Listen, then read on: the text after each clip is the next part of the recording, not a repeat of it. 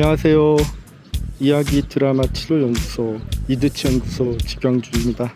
혼잣말 산책을 시청해 주셔서 감사합니다. 혼잣말 산책은 이드치연구소 지경주가 혼잣말하면서 산책하는 영상입니다. 이 영상을 촬영하는 일시는 5월 23일 18시 38분입니다. 오늘도 열심히 걸어보겠습니다. 최근 성남에 있는 해피유 자립생활센터에서 동료 상담과 교육을 진행했습니다. 함께 해주신 여러분 감사합니다. 그리고 코로나로 중단되었던 국립정신건강센터 심리극이 2년 4개월 만에 재개됩니다. 저는 국립정신건강센터 심리극을 통해 비약물 치료 중 하나인 심리극의 임상 효과를 연구하고 증명하고 싶습니다. 앞으로도 열심히 하겠습니다. 이번 혼잣말 산책은 지난 시간에 이어서 심리극 진행자가 되기 위한 점검에 대해 이야기하겠습니다. 지금으로부터 22년 전이었던 2000년 최은미 교수님께서 심리극 연출자 훈련을 위한 연출과정 척도 연구라는 논문을 발표했습니다. 저는 논문에 실린 100가지 문항 중에서 일부를 선별했고 3번에 걸쳐 이야기하고 싶습니다. 이번 혼잣말 산책은 그 3번째 시간으로 선별된 17개 문항을 소개하면서 제 경험과 의견도 공유하겠습니다. 문항 번호는 논문에 기재된 번호 그대로 부르기 때문에 순서가 매끄럽지 않을 수 있습니다. 인공지능 성우가 먼저 문장을 읽으면 이어서 제가 말하는 식으로 진행하겠습니다. 66번째, 사이코 드라마가 이미 짜놓은 계획 혹은 각본에 의해서가 아니라 자연스럽게 그 흐름에 따라 진행되었는가? 저는 이 문항을 읽으면서 이미 짜놓은 계획 혹은 각본에 의한 심리극을 진행하는 사람이 있기 때문에 이런 문항이 나온 것은 아닐까 생각해 보았습니다. 저는 그런 심리극 진행자를 목격한 적이 있고 반구조화된 형태의 심리극 진행을 목격한 적 있습니다. 이와 관련해서 이드치연구소 유튜브 채널에 있는 심리극 생존자가 생각하는 모듈식 심리극과 심리극 공식을 소개합니다. 저는 심리극에 참석한 모든 개인은 각각 독특한 개성의 집합체라 생각하고 주인공, 보조자, 관객, 디렉터의 역동이 서로 조화를 이루면서 집단 치료에 가까운 심리극이 진행된다고 생각합니다. 각각의 심리극은 독특합니다. 이와 관련해서 이드치연구소 유튜브 채널에 있는 각각의 심리극은 독특하다를 소개합니다. 70번째, 집단이 적절히 제한하도록 격려했는가? 저는 도덕적이고 윤리적인 범위 내에서 주인공을 자극하지 않는 범위 내에서 집단의 심리극 동참을 요청해 왔습니다. 73번째, 미래에 탐색할 거리에 대한 힌트들이 있었는가? 심리극은 다양한 변수가 있기 때문에 모든 심리극에서 미래에 탐색할 거리에 대한 힌트들이 나오는 것은 아니라고 생각합니다. 이것은 심리극 진행자의 의지와도 관계없다고 생각합니다. 심리극 진행자는 심리극 진행 중에 반드시 미래에 탐색할 거리에 대한 힌트들을 찾아낼 의무는 없다고 생각합니다. 심리극을 진행하다 보면 의미 있는 새로운 이야기가 감지되는 경우도 있습니다. 그때는 일지에 기록하거나 최대한 기억해서 다음에 또 심리극 주인공이 될 때 그 이야기를 활용합니다. 75번째, 주인공은 다음 회기에 다시 집단에 올 수 있도록 충분히 도움되었는가? 이 항목에는 일회성, 이벤트성 심리극이 해당되지 않는 것 같습니다. 저는 병원 심리극을 진행하면서 일주일에 한 번씩 꾸준히 같은 시간, 같은 장소에서 심리극을 진행하기 때문에 심리극 참석자들이 개인적인 사정이 있거나 퇴원하지 않는 한 다음 심리극 회기를 기약할 수 있습니다. 그렇기 때문에 오늘의 심리극 주인공은 다음 심리극의 주인공이 될 수도 있고 보조자가 될 수도 있고 관객이 될 수도 있습니다. 제 경험상 주인공 경험을 한 분이 지속적으로 심리극에 참여할 경우 주인공이 될 때는 또 다른 이야기를 다루기도 하고 같은 주제로 보다 깊이 있는 심리극이 가능했었습니다. 그리고 주인공 경험을 했던 분 중에서는 능숙한 보조자가 되어 심리극 진행을 도와주기도 했습니다. 또한 강한 공감과 지지와 격려를 보내는 관객 혹은 이야기 치료의 외부 증인과 같은 의미 있는 역할을 잘 수행해 주셨습니다. 제가 진행해온 병원 심리극은 특별한 일이 없는 한 주인공, 보조자, 관객 상관없이 누구나 다음 심리극에 참석할 수 있습니다. 76번째, 주인공의 회복에 필요한 시간에 대한 욕구는 만족되었는가? 제가 진행해온 병원 심리극은 진행 시간이 1시간 이내였기 때문에 예정된 심리극 시간이 초과되면 따로 시간을 내어 주인공과 함께하는 시간을 갖거나 담당 직원에게 함께 정리하는 시간을 만들어 달라고 요청합니다. 제가 병원 심리극을 진행하면서 늘 아쉬운 것은 시간의 부족, 그리고 심리극을 대하는 직원들의 태도입니다. 78번째, 보조자들이 극중 역할에서 빠져나올 수 있도록 배려했는가?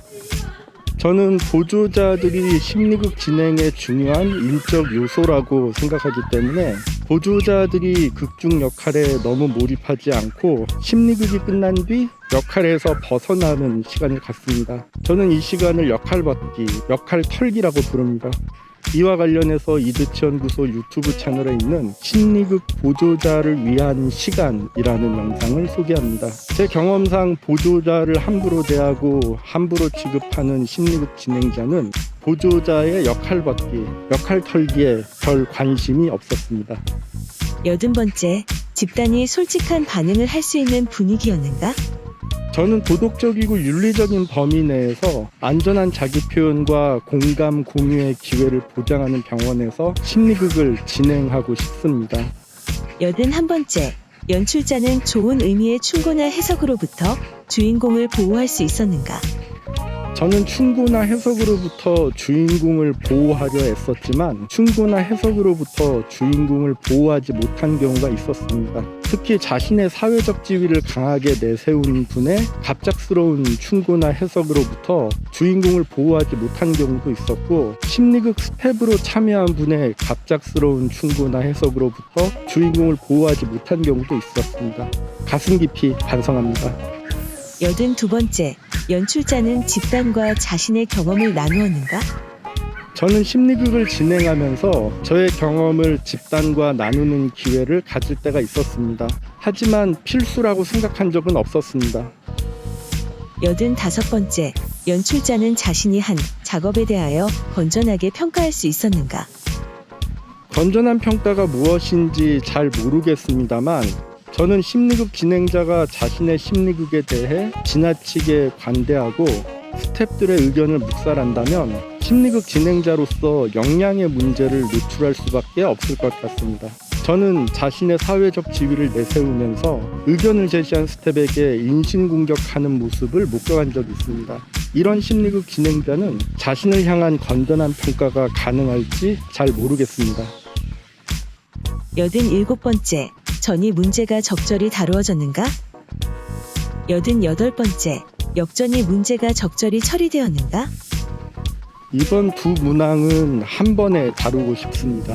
심리극 진행 중 전이와 역전이 문제가 발생할 경우 저는 심리극 진행자로서 심리극 안에서 전이와 역전이 문제를 잘 다루고 싶습니다. 하지만 경험상 병원 심리극에서 이러한 문제가 발생할 경우 외부 강사인 저는 이 문제를 다룰 권한도 권리도 없습니다. 93번째, 연출자는 주인공이 말 속에 함축하여 전달한 숨겨진 메시지를 이해할 수 있었는가? 심리극을 진행하다 보면 주인공에게 집중하면서 주인공의 말 속에 담긴 독특한 메시지를 알아차리고 이해하는 경우가 있습니다. 하지만 저는 심리극 진행자가 놓친 독특한 메시지를 보조자나 관객이 알아차리고 제보할 수도 있다고 생각합니다. 이때 심리극 진행자는 제보한 분에게 도움받은 것에 대한 최소한의 예의를 표현해야 한다고 생각합니다. 저는 그럴 때 감사하다고 말하면서 고개 숙여 인사합니다. 이런 일이 반복되지 않는 한 저는 심리극 진행자가 주인공의 말 속에 담긴 독특한 메시지를 알아차리지 못한 것은 잘못이 아니라고 생각합니다. 95번째, 연출자는 자신이 이해하는 바를 확인하고 잘못 이해하였을 경우 이를 수정할 수 있었는가? 저는 심리극 진행자가 자신의 착오나 실수를 인정하고 수정할 수 있어야 한다고 생각합니다. 제 경험상 착오나 실수가 노출되었음에도 불구하고 이를 인정하지 않는 심리극 진행자는 사회적 지위가 높거나 권위적인 심리극 진행 스타일이 돋보였습니다. 96번째, 연출자는 지지와 직면에 적절히 균형을 맞추었는가? 저는 지금까지 지지와 직면을 놓고 적절히 균형을 맞추었는지 생각해 본 적 없습니다. 저에게 지지와 직면은 대립적인 개념도 아니고 상대적인 개념도 아닙니다. 저에게 지지는 심리극 진행자로서 제 의지대로 할 수 있는 것입니다. 저에게 직면은 심리극 진행자로서 제 의지대로 함부로 시구하지 않는 것입니다. 저에게 직면은 조심스럽게 제가 제의하거나 주인공이 용기 내어 제의하는 것입니다. 직면을 경험할지 여부는 주인공이 판단하고 결정한다고 생각합니다. 저는 강제로 직면을 시구하는데 많은 비중을 두는 심리극 진행자를 목격한 적이 있고 반드시 주인공이 직면해야 정통 심리극인지 의문을 가진 적도 있었습니다. 저는 연출자가 반드시 지지와 직면에 적절히 균형을 맞추어야 하는지에 대한 의문이 있습니다. 이 문항에 의하면 어쨌거나 저는 심리극 진행자로서 지지와 직면에 적절히 균형을 맞추지 못했습니다.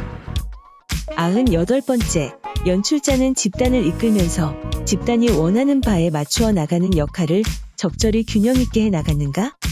저는 집단을 일방적으로 이끄는 심리극 진행자들을 많이 목격했습니다.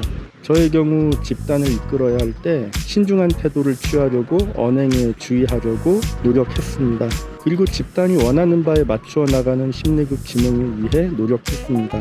이 문항에 의하면 어쨌거나 저는 심리극 진행자로서 집단을 이끌면서 집단이 원하는 바에 맞추어 나가는 역할을 적절히 균형 있게 해나가지 못했습니다.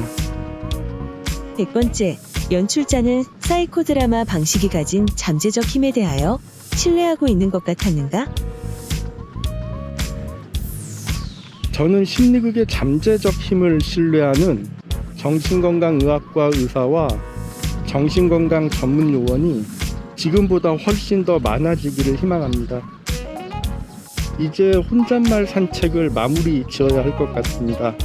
언젠가 기회 되는 대로 이곳저곳 산책하면서 이런저런 혼잣말 하면서 혼잣말 산책을 제작하겠습니다.